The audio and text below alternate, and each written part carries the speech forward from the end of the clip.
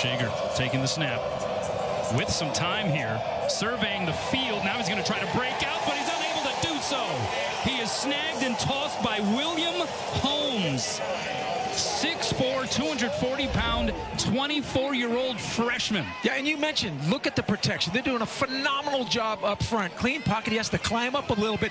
But, again, coverage sack. All the receivers downfield were covered in what is apparently a man scheme in the back end. Holmes, an amazing story, is from Detroit, Michigan, was an all-star standout baseball player in high school.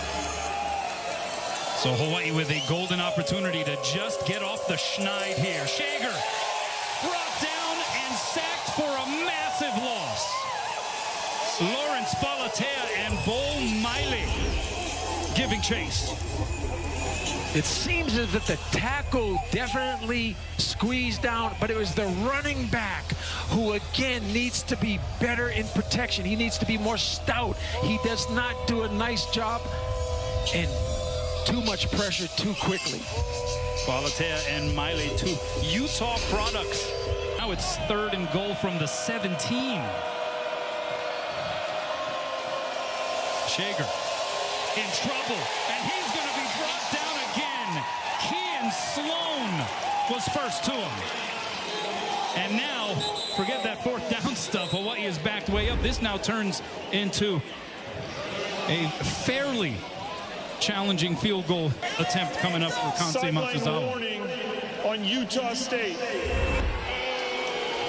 How about Kean Sloan, though, Rich, the 6'4" senior from Rockland, California. Sangaponatele in trouble, and he goes down. It'll be a loss on the play. Bronson Olivao Jr. was the one to step up. You're going to see pressure inside. You're going to see guys just staying with the play longer than the opponent and eventually winning those one-on-one situations. Tremendous pressure. We've seen that pretty much all season. 6 for 34 yards. Looking to throw again. And he is wrapped up and he is brought down. That was Gabriel Iniguez, the transfer from New Mexico State, who comes up and makes the play. Yeah, he's the one that gets it started up front. And we've talked a lot about the big plays, the 4 interceptions, but it starts right there at the defensive tackle position. And again, that unit's playing well. We've got backup linebackers and a plethora of linebackers playing well, and then the secondary, obviously, with the lockdown coverage. They win the last 2 games, there are positive mathematical implications, but don't even think about that now. Think about potentially finishing strong next week on senior night, because this has been a bad performance. And Michael Alejado goes down. He is sacked. Bronson Olivao, it has become a get-back night here for Utah State.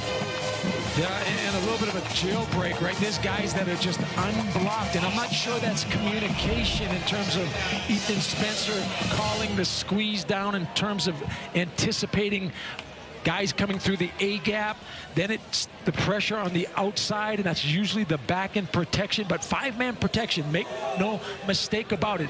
There's nothing harder than that in football. And that's the 6th sack of the game for this Aggies defense.